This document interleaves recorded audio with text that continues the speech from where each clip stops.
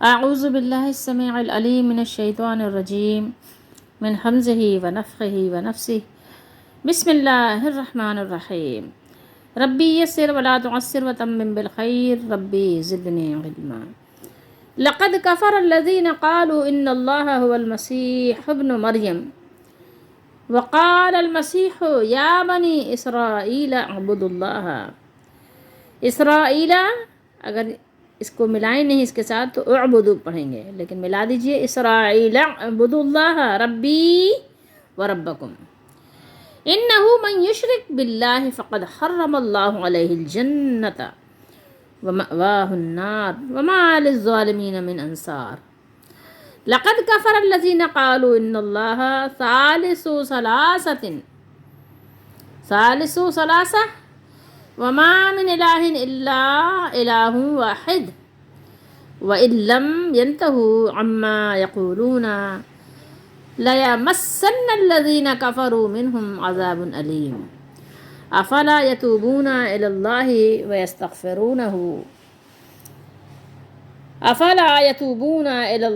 ويستغفرونه والله غفور رحیم. یہ 3 آیات مبارکہ ہیں سورۃ المائدہ کی، 6واں سپارہ ہے. ترجمہ احمد رضا کا کنز ایمان ہے. یہاں 2 تاکید کے ساتھ اللہ نے بیان کیا کہ وہ لوگ کافر ہو گئے، ٹھیک ہے، انہوں نے کفر کر لیا. بے شک کافر ہیں وہ لوگ جو کہتے ہیں، دیکھیے 2 تاکید سے، ایک تو قد بھی تاکید کے لیے ہی ہے اور لام اس پر آ گیا ہے، لقد. بے شک کافر ہیں وہ جو کہتے ہیں کہ اللہ وہی مسیح مریم کا بیٹا ہے، یعنی 2 کو ملا کر انہوں نے ایک کر دیا.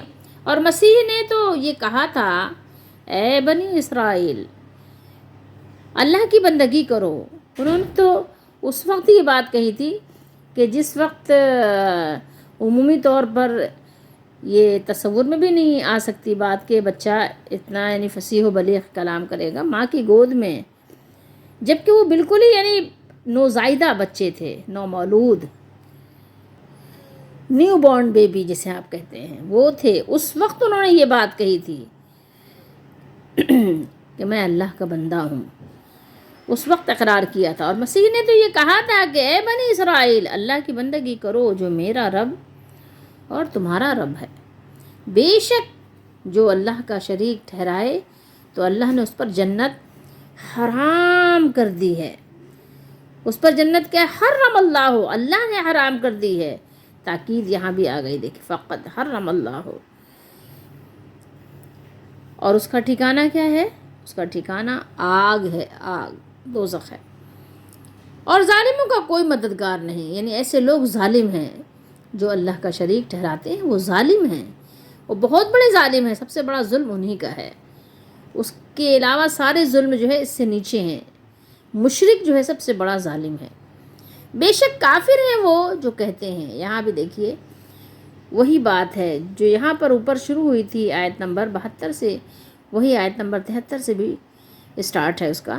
لقد کفر الذین، نے بلا شک و شبہ کہ وہ لوگ کافر ہو چکے ہیں وہ جو کہتے ہیں اللہ 3 خداؤں میں سے تیسرا ہے. یعنی 3، کبھی 2 کہتے ہیں، کبھی 3 کہتے ہیں، کبھی تینوں کو ایک کر دیتے ہیں. لازمی بات ہے، ظاہر ہے، بالکل سے واضح بات ہے کہ جب انسان یعنی غلط باتوں پر، جھاڑ جھنکار پر اپنے بنیاد رکھتا ہے تو اس میں غلطیاں بہت ہوتی ہیں. سچ تو ہمیشہ ایک ہی ہوتا ہے، لیکن جھوٹ کیا ہے، کبھی جھوٹ کے جو وہ اسٹیٹس ہیں نا وہ بدلتے رہتے ہیں، اس کے جو اسٹیٹمنٹ چینج ہوتے رہتے ہیں. بس اسی طریقے سے سمجھ لیجئے وہ جو کہتے ہیں اللہ 3 خداؤں میں سے تیسرا ہے اور خدا تو نہیں اور الہ تو نہیں مگر ایک الہ، وما من الہ، الہ کوئی نہیں ہے، الا الہ واحد، صرف ایک اللہ ہے جو واحد ہے، تنہا ہے، یکتا ہے، اس کا کوئی شریک نہیں. اور اگر اپنی بات سے باز نہ آئے، وَإِن لَّمْ يَنْتَهُوا، اگر انتہا نہ کی، رکے نہیں، ٹھہرے نہیں، تو جو ان میں کافر مریں گے ان کو ضرور دردناک عذاب پہنچے گا. تو کیوں نہیں رجوع کرتے اللہ کی طرف اور اس سے بخشش مانگتے، اور اللہ بخشنے والا مہربان ہے. ٹھیک ہے، یہاں ہے کا ترجمہ واللہ عالم کیوں نہیں کرتے، اور ہم نے سنا یہی ہے کہ شاید اس لیے نہیں کرتے کہ ہے اور تھا اور ہوگا، اس کی وجہ سے نہیں کرتے. ٹھیک ہے، تو ہے تو کیا مطلب تھا نہیں، اور تھا تو کیا مطلب ہوگا نہیں، تو یہ لوگوں کے اپنے منطقے ہیں. ٹھیک ہے. غفور الرحیم، دیکھیے یہاں پر یہ صیغہ ہی بتا رہا ہے کہ یہاں کا ہے کا ترجمہ ہوگا. ٹھیک ہے. البتہ یہ بات جب بھی غفور آتا ہے تو آپ نے ترجمے میں بخشنا اور بخشنے کا معنی پڑھا ہوگا، بخشش کا معنی یہ ہے اصل میں فارسی کا صیغہ ہے. غفور کا مطلب ہوتا ہے معاف کرنے والا. ٹھیک ہے. اللہ تعالیٰ غفور ہے یعنی معاف کر دیتا ہے، تو آپ اس کو ترجمے میں معاف کرنا بھی پڑھ سکتے ہیں. اس آیت مبارکہ آیت نمبر 72 کی تشریح ہم سورہ مائدہ کی آیت نمبر 17 میں پڑھ چکے ہیں. وہاں پر آیت نمبر 17 میں اللہ تعالیٰ نے بڑے پرجلال انداز میں لوگوں کو بتا دیا کہ یہ بہت ہی کہنا چاہیے حماقت، احمقانہ اور اللہ کو ناراض کرنے والی بات ہے جو ان لوگوں نے کہی ہے. وہاں پر اللہ تعالیٰ نے آیت نمبر 17 میں بیان کیا لقد کفر الذین قالوا ان اللہ هو المسیح ابن مریم قل فمن یملک من اللہ شیئا ان اراد ان یہلک المسیح ابن مریم وامہ ومن فی الارض جميعا وللہ ملک السماوات والارض وما بینہما یخلق ما یشاء واللہ علی کل شیء قدیر. اللہ تعالیٰ نے وہاں پر ارشاد فرمایا کہ بلا شبہ وہ لوگ کافر ہو گئے جنہوں نے کہا کہ بے شک اللہ مسیح ہی تو ہے جو مریم کا بیٹا ہے. کہہ دیجئے پھر کون اللہ سے کسی چیز کا مالک ہے اگر وہ ارادہ کرے کہ مسیح ابن مریم کو اور ان کی والدہ کو اور زمین میں جو لوگ ہیں سب کو ہلاک کر دے. ان یہلک المسیح ابن مریم وامہ ومن فی الارض جميعا، ہلاک کر دے. اور اللہ ہی کے لیے آسمانوں اور زمین کی بادشاہی ہے اور اس کی بھی جو ان دونوں کے درمیان میں ہے. یعنی آسمان زمین کی بادشاہی تو اللہ کی ہے ہی، لیکن اس کے درمیان جو کچھ بھی ہے سب پر اللہ ہی کی بادشاہی ہے. وہ پیدا کرتا ہے جو چاہتا ہے اور اللہ ہر چیز پر خوب قادر ہے. وہ مالک و مختار ہے اور سب چیزوں پر اسے قدرت اور برتری حاصل ہے. سمجھنے کی چیز یہ ہے. ٹھیک ہے. تو جنہوں نے کہا کہ اللہ مسیح اور اللہ تعالیٰ ایک ہی چیز ہیں، ان دونوں میں کوئی فرق نہیں، تو یہ بہت ہی یعنی انہوں نے بڑی بات کہی ہے، ایسی بات کہی ہے کہ ان پر عذاب فوری آ جائے. پرانے زمانے میں یہ صرف نصرانیوں کے ایک فرقے جس کو کہتے تھے یعقوبیہ، اس کا عقیدہ تھا. مگر اس زمانے میں نصرانیوں کے جو تین فرقے پروٹسٹنٹ، کیتھولک اور آرتھوڈکس، یہ جو پائے جاتے ہیں وہ سب کے سب اگرچہ تثلیث کے قائل ہیں یعنی تین کے، لیکن ان کا اصل مقصد کیا ہے؟ مسیح علیہ السلام کو الہ ماننا ہے. گویا وہ سب کے سب اللہ اور مسیح کے ایک چیز ہونے کے قائل ہیں. اس آیت میں اللہ تعالیٰ نے ان سب کو کافر ہونے کا حکم لگایا ہے.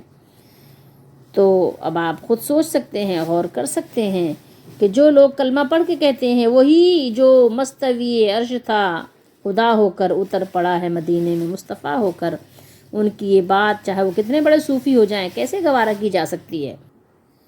اس آیت مبارکہ کا پچھلی آیت سے ربط کیا ہے؟ آپ نے دیکھا ہوگا، اس سے پہلے ہم نے پڑھا تو وہاں پر اللہ تعالیٰ نے اہل یہود جو اہل کتاب بھی ہیں ان کی گمراہیوں کو بیان فرمایا تھا. اب یہاں جو اہل نصارہ ہیں ان کی گمراہیوں کا بیان ہے اور انہیں سزا سے ڈرانے کا بیان شروع ہو چکا ہے. اللہ تعالیٰ کو اور مسیح ابن مریم کو ایک کہنے والوں کو اللہ تعالیٰ نے نہایت تاکیدی الفاظ لقد کے ساتھ کافر قرار دیا. مسلمان کہلانے والوں میں بھی کئی لوگ یہ کہنے والے ہیں کہ احد اور احمد میں کوئی فرق نہیں ہے. نعوذ باللہ، دونوں ایک ہیں. اللہ تعالیٰ نعوذ باللہ بشری جامہ پہن کر آ گیا، یعنی اللہ تعالیٰ نبی صلی اللہ علیہ وسلم کو کہا کہ اللہ تعالیٰ ہی ہیں، بشری جامع میں تشریف لے آئے ہیں. نعوذ باللہ نعوذ باللہ. یہ بڑے بڑے صوفیہ کہلاتے ہیں جو اس طرح کے ڈھونگ رچائے ہوئے ہیں. ان سے ڈرنا چاہیے، بچنا بھی چاہیے.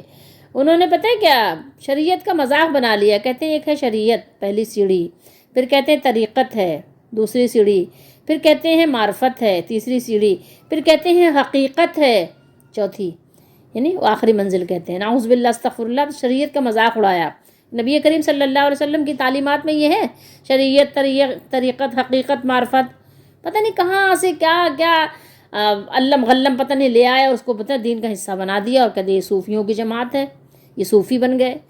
صوفیوں کی جماعت ہے یا یہ کہ گمراہوں کی جماعت ہے؟ یہ جن کو آپ صوفی سمجھتے ہیں اصل میں وہ گمراہ لوگ ہیں، ان کے عقیدے گمراہ کن ہیں. دیکھیں جبے قبے سے آپ جو ہے زیادہ متاثر نہ ہوا کریں، ٹھیک ہے. اگر یہ متاثر ہونے کی چیزیں ہوتی تو نبی کریم صلی اللہ علیہ وسلم کے پاس جو وہ آتے تھے نا منافق، بہت خوبصورت تھے وہ. بلال حبشی رضی اللہ تعالیٰ عنہ خوبصورت نہیں تھے بالکل بھی، اور بہت سارے حبشی لوگ ایمان لائے تھے، وہ خوبصورت بالکل بھی نہیں تھے، نہ ان کی خواتین نہ ان کے مرد. لیکن یہ جو منافقین تھے نا یہ بہت خوبصورت حسین و جمیل تھے. ان کی خوبصورتی تو قرآن نے بیان کی ہے. ان کا بولنے کا انداز ہی بہت خوبصورت تھا کہ آپ ان کی بس باتیں سنے چلے جائیں. تو آپ اس سے متاثر نہ ہوئیے. آج بھی آپ کو ایسے لوگ ملیں گے، بہت خوبصورت انداز، بہت خوبصورت لباس، بہت خوبصورت ان کے گفتار کا طریقہ، لیکن یہ ہے کہ یہ ایسی چیزیں نہیں ہیں. اسلام کا معیار کیا ہے؟ ایمان اور تقوی ہے. اگر وہ ہے تو آپ کالے پیلے جیسے بھی ہیں سب چلے گا، ٹھیک ہے. بہت قیمتی ہیں اللہ اس کے رسول کے نزدیک. بہرحال اور کچھ لوگوں کا عقیدہ کیا ہے، وہ بھی کچھ صوفیہ کہلاتے ہیں، پتہ نہیں کس قسم کے. ان کا عقیدہ یہ ہے کہ وہ عبادت کرتے کرتے، یعنی ایسے بزرگ بھی ان کے پاس ان کے نزدیک ہیں، عبادت کرتے کرتے نعوذ باللہ وہ اللہ میں فنا ہو کر اللہ بن جاتے ہیں، وہ اور اللہ ایک ہو جاتے ہیں. کسی نے پھر یہ عقیدہ گڑھ لیا کہ ایک باقی باللہ تھے، اپنی نماز جنازہ پڑھانے خود آئے تھے، نعوذ باللہ استغفر اللہ.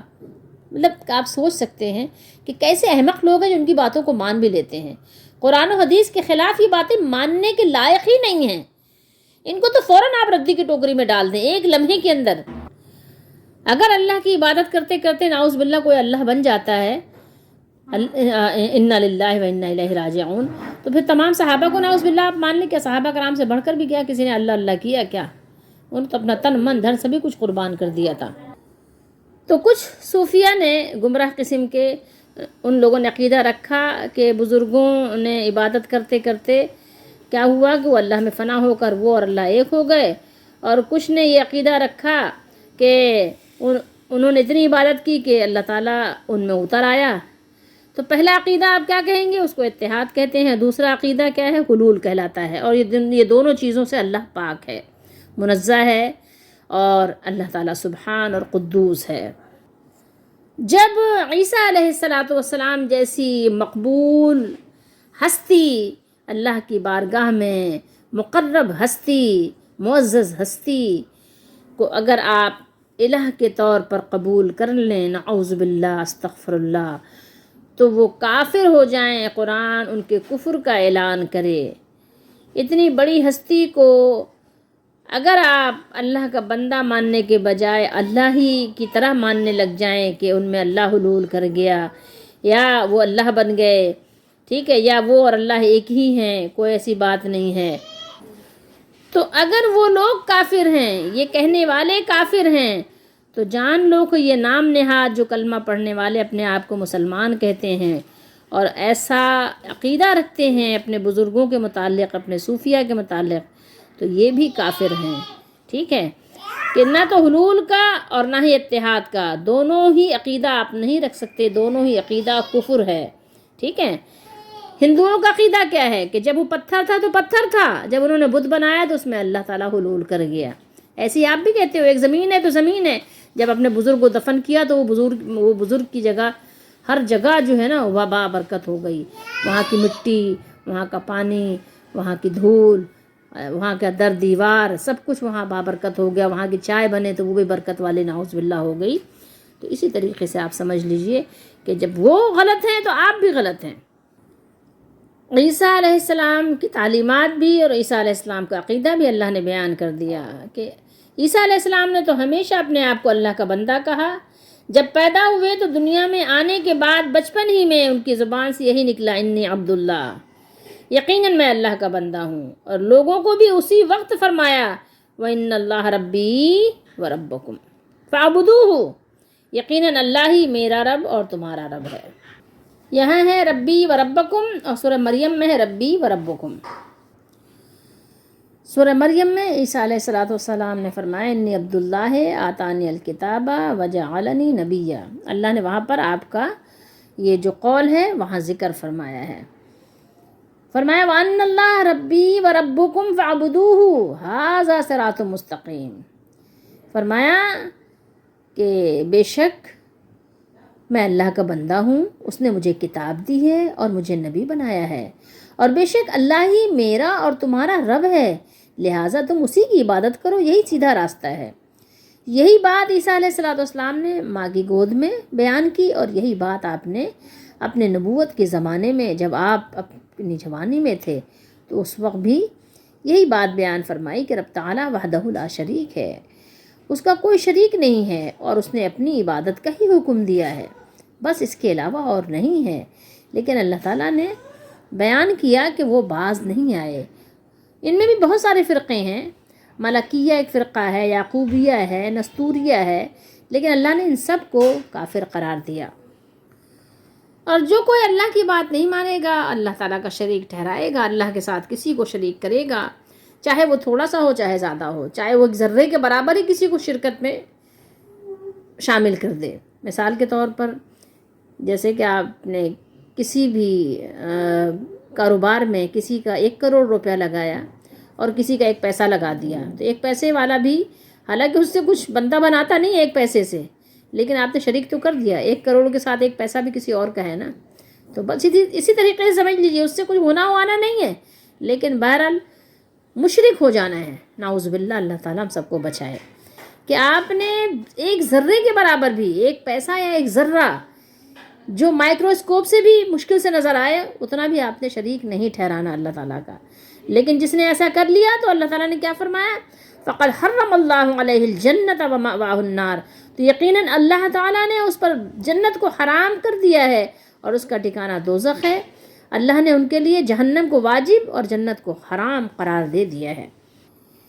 یہ سچ ہے جب کہ مالک کا کوئی شریک نہیں، یہ سچ ہے جب کہ مالک کا کوئی شریک نہیں، تو پھر شریک کسی کو نہ اس کے ساتھ کرو. تمہیں جلائے کوئی خواہ قتل کر ڈالے، اسی عقیدے پہ تم جان دو، اسی پہ مرو. کوئی تم کو قتل کر ڈالے، کوئی تم کو جلا ڈالے، حدیث شریف میں بخاری شریف میں ہے، پھر بھی کوشش یہی کرو کہ کسی کو اس کا شریک نہ ٹھہراؤ. یعنی زبان سے بھی کہنے میں بچو اس سے. دل اگر جمع بھی رہے ایمان پر، پھر بھی اگر تم مضبوط ہو تو کوشش کرو کہ مر جاؤ اس مضبوطی کے ساتھ دین اسلام پر، اور کسی کو اللہ کا شریک نہ ٹھہراؤ. بخاری شریف ہے، حدیث نمبر ہے 6528، کتاب الرقاق.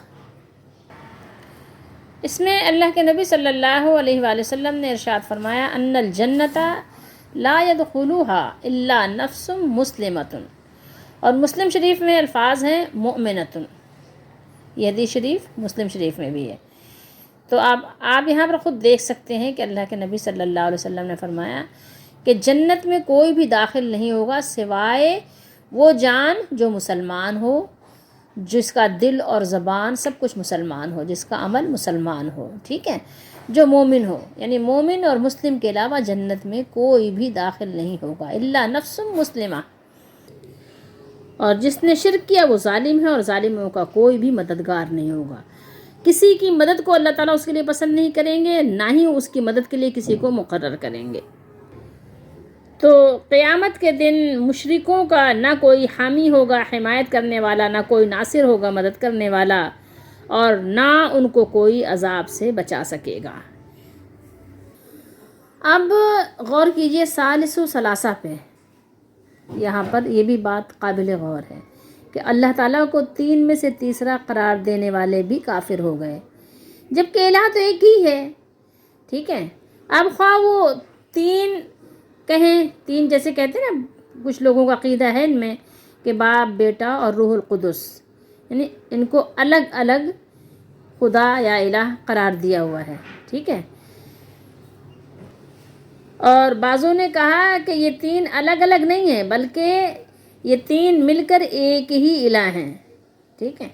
تو یہ بات آپ بہرحال سمجھ لیجئے کہ یہ عقیدہ رکھنے والوں کو اللہ تعالیٰ نے کافر قرار دیا ہے۔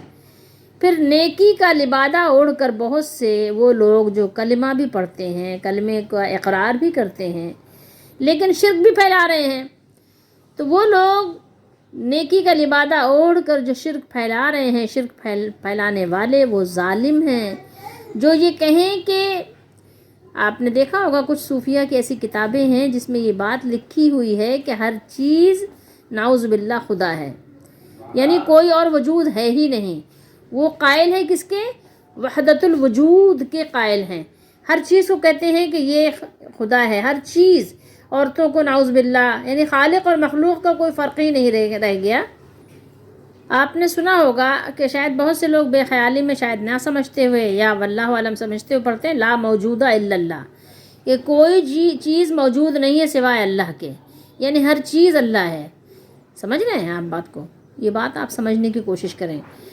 مجھ سے بھی کسی نے کہی تھی یہ بات، بہت پرانی بات ہے لیکن کسی نے کہی تھی کہ ہر چیز یعنی الہ ہے، اور نعوذ باللہ، اور عورتیں جو ہے نا، عورتوں کی شکل میں اللہ تعالیٰ بہت زیادہ خوبصورت بن کر آیا ہے، نعوذ باللہ، استغفر اللہ۔ میں نے ایک سوال کیا تھا ان سے کہ آپ یہ بتائیے پھر جو کافر ہیں وہ، تو انہوں نے مجھے ڈانٹ دیا تھا، ٹھیک ہے، ڈانٹ کر چپ کرا دیا تھا۔ تو اب آپ ذرا تصور کیجئے کہ اگر کوئی یہ عقیدہ رکھتا ہے اور وہ 1,00,000 بار بھی، 1,25,000 بار بھی کلمہ پڑھے تو اس کے کلمے کا اس کو کیا فائدہ ہوگا؟ کہ اگر اس بات کا قائل ہو وحدت الوجود کا نام دے کر یا کوئی اور نام دیں، کہ ان کے کافر ہونے میں بھی کیا شک ہے؟ جب تین کہنے والوں کو اللہ نے، ثالث و ثلاثہ کہنے والوں کو کہا کہ بس کر دو، ٹھیک ہے، ان پر اللہ نے کفر کا فتویٰ لگایا ہے۔ تو اب جو لوگ یہ کہتے ہیں کہ ہر چیز ہی الہ ہے، ٹھیک ہے، اور اس پر بے شرمی اور بے حیائی کے ساتھ توحید کا لیبل بھی لگاتے ہیں، اس کی پیکنگ بھی کرتے ہیں خوبصورت قسم کی، تو ان کے اس کرنے سے کیا شک ہے کہ جب اللہ تعالیٰ نے تین والوں کو کافر قرار دیا ہے تو وہ لوگ کیسے کافر نہیں ہوں گے؟ اگر یہ عقیدہ آپ مان لیں وحدت الوجود کا یا ہر چیز الہ ہے، تو پھر اس عقیدے سے تو قرآن و سنت اور اسلام کی ہر بات اور ہر حکم ہی کیا ہو جائے گا؟ باطل ہو جائے گا۔ ہاں، آپ سوچیں کہ حکم دینے والا بھی وہی ہے اور جسے حکم دیا گیا ہے وہ بھی وہی ہے، جنت دوزخ بھی اور ان میں جانے والے بھی سب ایک ہی ہے، ٹھیک ہے، جنت بھی وہی، دوزخ بھی وہی، جو جنت میں جا رہا ہے وہ بھی وہی، جو دوزخ میں جا رہا ہے وہ بھی وہی، جو حساب لے رہا ہے وہ بھی وہی، جو اس کا حساب لیا جا رہا ہے وہ بھی وہی۔ غرض یہ کہ عقیدہ جو اسلام کا ہے، عقیدہ اسلام کی جڑ اکھاڑ دینے کے لیے اس عقیدے کو گڑھا گیا ہے، بنایا گیا ہے۔ آپ بتائیں پھر کیسی توحید اور کہاں کی نماز؟ غرض سب کچھ ایک ہے تو دین کی کون سی چیز باقی رہے گی؟ کبھی آپ نے اس کے بارے میں سوچا؟ نہیں، اتنی فرصت نہیں ملی سوچنے کی لوگوں کو نا۔ ایک مرتبہ میں نے ایک خوبصورت بچی سے سنا، وَإِن لَّمْ يَنْتَهُوا، یعنی اگر وہ اللہ تعالیٰ کو تین میں سے تیسرا قرار دینے سے باز نہیں آئی ہیں، وہ باز نہ آئیں گے یا باز نہیں آئیں گے اور خالص توحید اختیار نہیں کریں گے جس کی طرف انبیاء علیہم الصلاۃ والسلام دعوت دیتے رہے ہیں، تو ان کی سزا یہ ہے۔ ان کی سزا کیا ہے؟ عذاب علیم ہے، ٹھیک ہے، عذاب علیم۔ تو لوگوں کو چاہیے کہ ہر طرح کے شرکیہ عقیدے سے اپنے آپ کو باز رکھیں۔ اگر انہوں نے اپنے آپ کو باز نہ رکھا اور نہیں روکا اور خالص توحید پر عمل نہیں کیا تو ان کا معاملہ یہ ہے کہ اگر ایسے لوگ یہ اقوال سے نہ رکیں اور باز نہ آئیں اور پھر اپنی حرکتیں کرتے رہیں، جھوٹے اپنے جو ان کے دعوے ہیں، جھوٹے جو ان کے پروپیگنڈے اور منصوبے ہیں، اگر اس کو ترک نہیں کریں گے تو ان لوگوں میں سے جن لوگوں نے کفر کیا انہیں ضرور دردناک عذاب ہوگا، آخرت میں انہیں طوق اور زنجیریں پہنا کر جہنم رسید کر دیا جائے گا۔ افلا یتوبون، تو یہ کیوں اللہ کے سامنے توبہ نہیں کرتے اور کیوں اللہ تعالیٰ سے معافی نہیں مانگتے؟ مانگیں، ان کو چاہیے کہ اللہ سے معافی مانگیں، اللہ سے توبہ کریں، جو ہو گیا سو ہو گیا، نادانی میں، ناسمجھی میں، جہالت میں جو ہو گیا اس کو چھوڑ دیں۔ اب اگر سمجھ آ گئی ہے تو آخرت بنانے کی کوشش کریں، اللہ تعالیٰ بہت مہربان ہے، معاف کر دیں گے، واللہ غفور الرحیم۔ ٹھیک ہے، اللہ تعالیٰ کی غفور الرحیمی کی کوئی انتہا نہیں ہے۔ اللہ تعالیٰ اپنی مخلوق کے ساتھ جود و کرم، لطف و رحمت بہت زیادہ فرماتے ہیں کہ اتنے یعنی بڑے گناہ کی سزا بھی، اتنے عظیم گناہ کی سزا بھی اللہ تعالیٰ توبہ استغفار کرنے سے اور اس گناہ کو ترک کر دینے سے، صدق دل سے معافی مانگ لینے سے، اللہ تعالیٰ کی بارگاہ قدس میں توبہ کر لینے سے اللہ تعالیٰ اسے معاف فرما دیں گے۔ اللہ تعالیٰ آپ کو جہنم کے بجائے جنت میں جگہ عطا کر دیں گے۔ افلا یتوبون الی اللہ، بظاہر یہاں کیا لگ رہا ہے؟ بظاہر تو لگ رہا ہے کہ یہ ایک سوال ہے، مگر اصل میں کیا ہے؟ ایک امر، یعنی حکم دینے کی ایک صورت ہے۔ یہ حکم دیا گیا یہاں پر کہ توبہ کر لو، ابھی وقت ہے نا۔ انتہائی سنگین جرم تم کر چکے ہو اور کھلا ہوا شرک تم کر چکے ہو، اتنی بڑی بڑی باتیں اور اللہ تعالیٰ کی شان میں گستاخیاں تم کر چکے ہو، پھر بھی اگر تم توبہ کر لو، اللہ کی طرف رجوع ہو جاؤ تو تمہارا پھر بھی ابھی بھی قصور معاف ہو سکتا ہے۔ لیکن اگر اسی حال میں مر گئے تو بس پھر کچھ نہیں ہوگا۔ ان آیات مبارکہ میں جب ہم غور کریں تو ہمیں اندازہ ہوتا ہے کہ جب انسان بلا وجہ کی فضول قسم کی خوش فہمیوں میں، خوش گپیوں میں مشغول ہو جاتا ہے تو فضول قسم کے گمان، خیال، اور آپ کہہ سکتے ہیں کہ جو شیخ چلی کے جو کہتے ہیں پلاؤ پکانا نا، خیالی پلاؤ کے پاس اور تو کچھ ہوتا نہیں تو بس یہی کرتا ہے وہ، شیخ چلی والا وہ خیال اور ایسے خیالی پلاؤ پکانا شروع کر دیتا ہے۔ یہی حال بعین ہی ہم لوگوں کا بھی ہو گیا ہے، ہمارے دور کے لوگوں کا بھی ہو گیا اور پہلے کے لوگوں کا بھی تھا۔ یہی بات وہ کرتے تھے اور پھر وہ مزور ہو جاتے ہیں، بہت زیادہ یعنی بولنا شروع کر دیتے ہیں، جو بھی منہ میں آیا بول دیا، نہ سوچا نہ سمجھا۔ حالانکہ ایک بات یہ بھی ہے کہ اس انسان کے ایمان میں سے کہ لایانی باتوں کو، فضول باتوں کو ترک کر دیتا ہے، چھوڑ دیتا ہے، لیکن یہ تو ایمان کی علامت ہے نا۔ اب ظاہر ہے ایسے لوگ جب باطل عقیدے پہ اپنی بنیاد بنا لیتے ہیں تو پھر ان کا ایمان بھی کمزور سے کمزور تر ہوتے ہوئے پھر وہ گزر جاتا ہے۔ ٹھیک ہے، ایک خیال سا باقی رہ جاتا ہے، جیسے حدیث شریف میں بھی ہے، گمان سا گزرتا ہے کہ ہاں شاید ایمان کہیں تھا، جیسے کہ تیر جب نکلتا ہے نا شکار سے تو ایسا لگتا ہے کہ ہاں شاید اس پہ کہیں خون لگا تھا، تو بس ایسے ہی تو منہ کے بل دوزخ میں ان کو ڈالا جائے گا، بد زباں جو ہوں گے یا جن کی زباں ہوگی دراز۔ اس لیے قابو میں رکھنی چاہیے اپنی زبان تاکہ ہم پہ رحم فرمائے کریم و کارساز۔ ہمیں غور کرنا چاہیے۔ تو اس میں ہمارے لیے بھی بہت سارے اسباق موجود ہیں، آپ خود اپنے اس پہ سبق پہ غور کیجئے کہ آپ کن کن غلط عقیدوں میں مبتلا ہیں، ان سے اپنی جان چھڑائیں۔ ایک چیز اور بھی یہاں غور کیجئے کہ ان لوگوں نے کہا کسی نے کہا، یعنی کسی کا عقیدہ تھا کہ 3 میں سے 3 ثالث و ثلاثہ کہا، کسی نے کہا کہ مسیح کون ہے؟ بس وہی، یعنی وہی اللہ ہے، نعوذ باللہ هو المسیح ابن مریم۔ ٹھیک ہے، اللہ کون ہے؟ تو اس طرح سے بات کی۔ اب تھوڑی دیر کے لیے غور کیجئے، نعوذ باللہ، نعوذ باللہ، نستغفر اللہ، استغفر اللہ، اعوذ باللہ، جتنی دفعہ بھی پڑھیں ہم اللہ کی پناہ میں آنا چاہتے ہیں۔ تو اب آپ دیکھیے کہ اگر آپ مانتے ہیں کہ یہ اللہ کے بیٹے ہیں تو پھر یہ ایک ہی بیٹا کیوں؟ اللہ نے ایک ہی بیٹا کیوں بنایا؟ آپ تو اپنے لیے 2، 3، 4، 5 بلکہ 10، 20، 50، 100 کی تعداد والے بیٹے والے لوگ بھی ملتے ہیں۔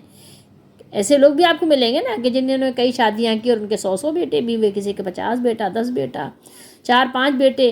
تو لوگ چاہتے ہیں کہ ہمارے زیادہ بیٹے ہوں، خوش ہوتے ہیں، ایک فخر کا باعث بھی ہوتا ہے لوگوں کے لیے کہ زیادہ بیٹے ہوں۔ اللہ اس سے پاک ہے، اللہ تعالیٰ نے خود فرمایا، اور ہمارا بھی ایمان اور یقین ہے کہ اللہ تعالیٰ اس سے پاک ہے کہ اس کا کوئی بیٹا ہو، کوئی بیوی ہو، پاک و منزہ ہے ان چیزوں سے، ٹھیک ہے. یہ انسانوں کے لیے تو قابل فخر ہو سکتی ہیں، قابل شکر ہو سکتی ہیں، لیکن اللہ کے لیے اگر آپ نسبت کریں گے یہ تو یہ کیا ہے؟